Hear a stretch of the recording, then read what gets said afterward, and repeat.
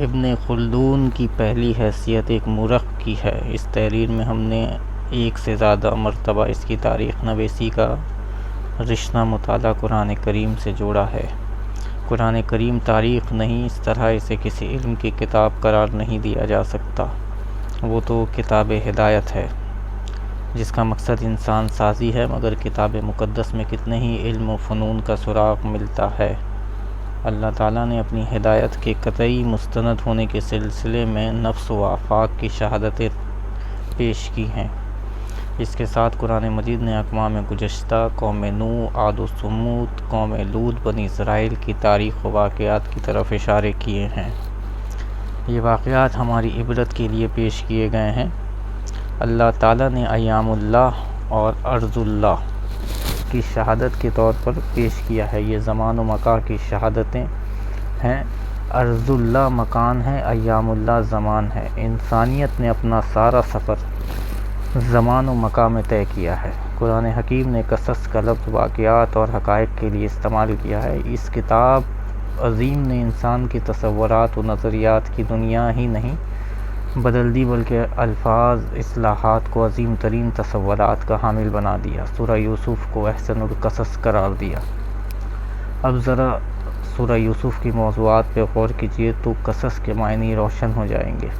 قاف صاد صاد اس مادہ کی بنیادی معنی ہیں جستجو اور تلاش کرنا، کسی چیز کا تعاقب اور پیچھا کرنا۔ اس میں حضرت یوسف کے بھائیوں کے سلوک اور ان کے مصر پہنچنے، اپنی عفت کے تحفظ، مترفین کی روش حیات، یوسف کی حکومت، انتظام کے واقعات پیش کیے گئے ہیں۔ ایک واقعہ دوسرے واقعات کی تعاقب میں ان کی کڑیاں ایک دوسرے سے جڑی ہوئی، پھر بھی خواب جو آنے والے واقعات کا عکس ہیں۔ اس صورت کے واقعات اللہ کی نشانیوں کی یاد دہانی کرتے ہیں، اور ان تاریخی واقعات کے آئینے میں فطرت انسانی کا مطالعہ کیا گیا۔ ایک ایسی حقیقت بھی ہمارے سامنے آتی ہے جو ہر دور کی تاریخ اور معاشرے کا حصہ ہے، اور وہ یہ کہ معاشرے میں اخلاقی بگاڑ اس کے خوشحال طبقے کے افراد کے ذریعے آتا ہے۔ تاریخ کی شہادت کو قرآن عظیم نے کس درجہ اہمیت دی ہے، اس کا اندازہ اس بات سے کیجیے کہ سورہ یونس، سورہ ہود اور سورہ یوسف ایک دوسرے کے متصل ہیں۔ یہ اس جستجو ان واقعات کے تعاقب کا سلسلہ ہے جن سے انسانی روش و حیات، ان کے نصائح وابستہ ہیں۔ قرآن حکیم نے انسان کے ماضی اور تاریخ کو اس کے حال سے متعلق کر دیا ہے۔ تاریخ کے جزیات اپنے آپ کو نہیں دہراتی ہیں۔ ہر قوم کے جرائم یکساں نہیں ہوتے، نہ ان کے عواقب اور سزائیں ایک جیسی ہوتی ہیں، مگر یہ حقیقت ابھر کر سامنے آ جاتی ہے، قوانین الہی سے سرتابی وہ جرم ہے جو قوموں کو ہلاک کر دیتا ہے۔ ابن خلدون نے قرآن مجید سے یہ بات سیکھی ہے کہ حال کا رشتہ ماضی سے کسی طرح قائم کیا جا سکتا ہے۔ مورخ اگرچہ ماضی کو دنیا میں سفر کرتا ہے، مگر اس کے قدم حال کی زمین پر ہوتے ہیں۔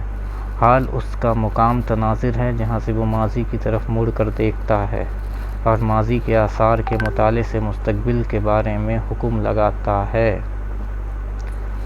تاریخ کو قرآن حکیم کے حوالے سے آثار بھی کہا جا سکتا ہے۔ آثار ان نشانات کو کہتے ہیں جو باقی رہ کر ماضی کے کسی عہد کے بارے میں ہماری رہنمائی کرتے ہیں۔ قرآن حکیم میں عاد و ثمود کے آثار کے حوالے سے ہمیں انداز زیست کے نتائج اور عواقب سے آگاہ کیا گیا ہے۔ دنیا کے مختلف علاقوں میں تاریخی کھنڈر قوموں کی داستاں آج تک بیان کر رہے ہیں۔ قوموں کی رہائش کیسی تھی، وہ تہذیب و تمدن کے کس کا سطح پر تھیں، لوگوں کے پسندیدہ مشاغل کیا تھے، اور ان کے باہمی معاملات کیسے تھے۔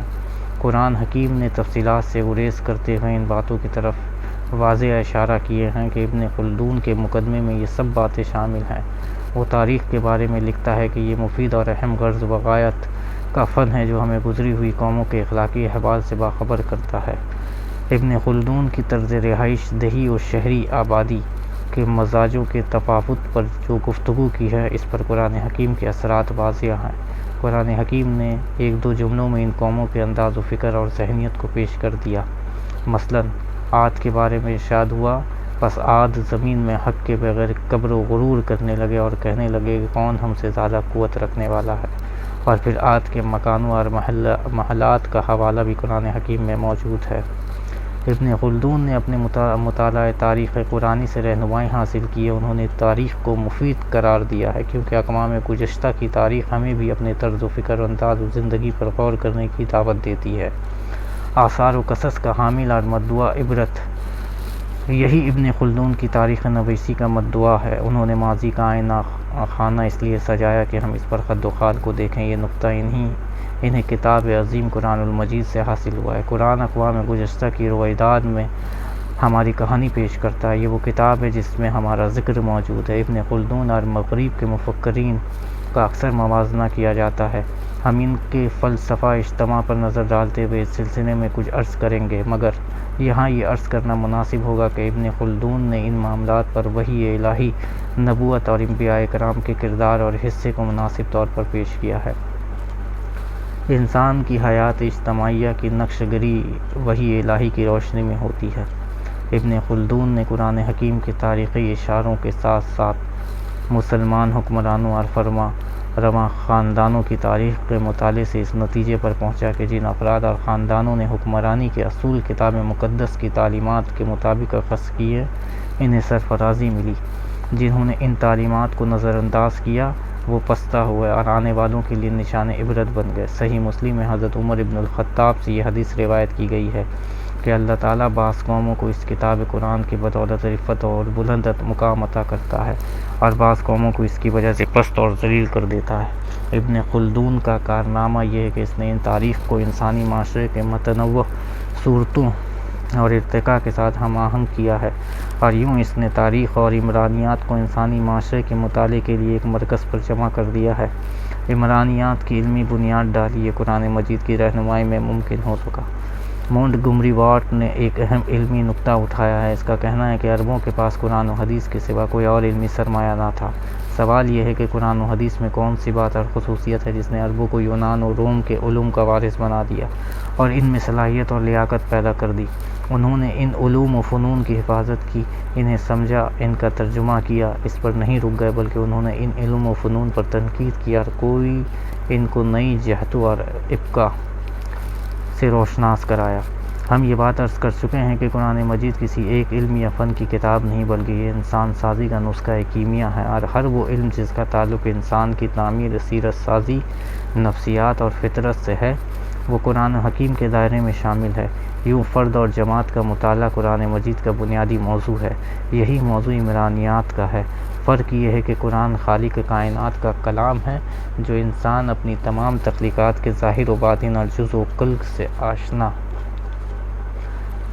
ہے، جس کی نظروں میں ماضی، حال اور نامتناہی مستقبل کا ایک لمحہ واحد اور انسان اور اس کا علم اپنے حدود کمیوں کی شک و تذبذب کے دائرے میں گھرا ہوا ہے۔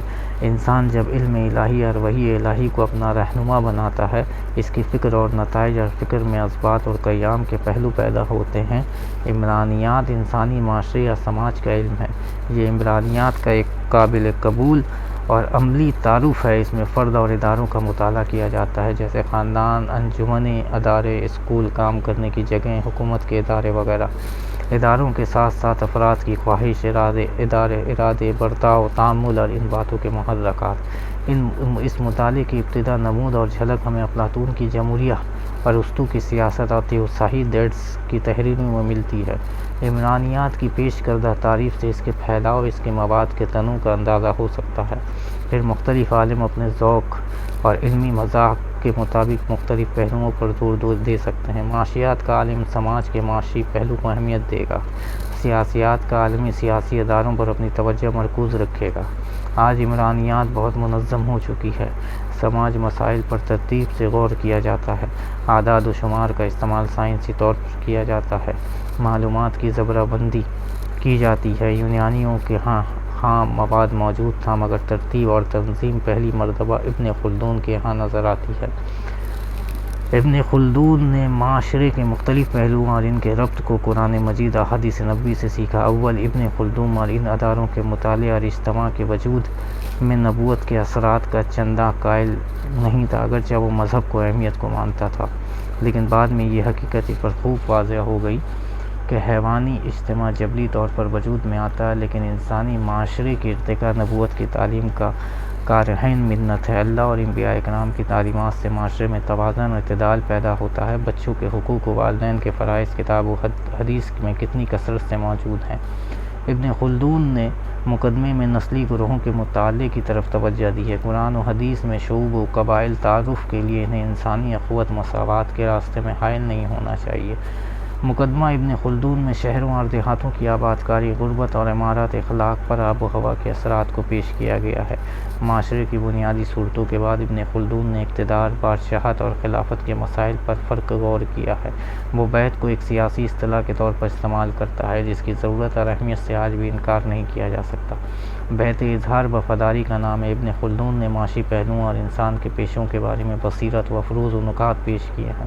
ابن خلدون کو پوری طرح احساس ہے کہ انسان اور حیوان دونوں کے لیے رہائش، اجتماع، خوراک ضروری ہے، لیکن یہ زندگی حیوانی سطح ہے اور انسان اس پر رک نہیں سکتا۔ زندگی کے انسانی سطح علوم عقلی سرگرمیوں کی بنیاد پر قائم ہے۔ ابن خلدون علم و فنون میں خاص طور پر قرآن و حدیث، علم آج کی لسانیات، طبیعیات، تاریخ، منطق، قواعد، بالخصوص نحو اور شعر و ادب پر زور دیتا ہے۔ وہ زندگی اور معاشرے کے ارتقاء پر نظر رکھتا ہے اور ہمیں بتاتا ہے کہ بدوی اور شہری زندگی اور جنگ و جدل دائمی حرکت کے اسباب میں شامل ہے۔ ابن خلدون کے دائرہ مطالعہ کی وسعت اور معاشرے کی تفہیم میں اس کی ذہانت غیر معمولی ہے۔ اس نے صرف متنوع مواد ہی پیش نہیں کیا بلکہ اس کے نظریے آج بھی عمرانیات اہمیت رکھتے ہیں اور ہماری زندگی کو بامقصد اور بامراد بنانے میں مدد دیتے ہیں۔ چند نظریات کی طرف اشارے کیے جا چکے ہیں، 2 نظریات کی طرف اشارہ کرتے ہوئے ہم اپنے اس مطالعے کو ختم کریں گے۔ ابن خلدون نے عصبیت کا نظریہ پیش کیا ہے۔ یہ تعصب اور تنگ نظری سے کوئی علاقہ نہیں رکھتا۔ عصبیت سے مراد کسی انسانی گروہ کی جماعتی غیرت اور اپنے خصائص کے تحفظ میں اس کی کوشش اور کاوش ہے۔ آج مسلمان اسی مثبت تہذیبی اور اخلاقی عصبیت سے محروم ہو گئے۔ اس کا نتیجہ یہ مرتب ہوا کہ ہم غیروں کی تہذیبی الگار کی زد پر ہیں۔ اس کا نظریہ یہ بھی آج ہمارے قوم وجود، ہمارے تشخص اور ہماری جماعتی شرازہ بندی کے لیے بڑی اہمیت رکھتا ہے۔ نبوت اجتماع انسانی کے لیے لازم نہیں ہے کہ آج بھی دنیا کے مختلف حصوں میں ایسے قبائل انسانی گروہ موجود ہیں جو نبوت کے پیغام سے دور ہیں۔ ان کا اجتماع ہمیں حیوانی سماج کی یاد دلاتا ہے، لیکن اجتماع اور انسانی معاشرے کے ارتقاء توازن کے لیے وحی الہی کی روشنی اور نبوت کا اتباع لازم ہے۔ آج پاکستان میں کتنے سرکش ایسے موجود ہیں جو اسلامی قوانین، معاشرتی احکام اور سزاؤں کی عہد وسطی کی یادگار سمجھتے ہیں۔ ایسے لوگوں پر پراگندہ ذہنی اور پریشانی فکری منزل کی طرف ہمارے سفر کے لیے ایک رکاوٹ ہے۔ لازم ہے کہ ہم کتاب و سنت اور ابن خلدون جیسے مفکر مورخ عمرانیات کے امام کی مدد سے اپنے معاشرے اور اس کی ضروریات کو سمجھنے کی کوشش کریں۔ شکریہ۔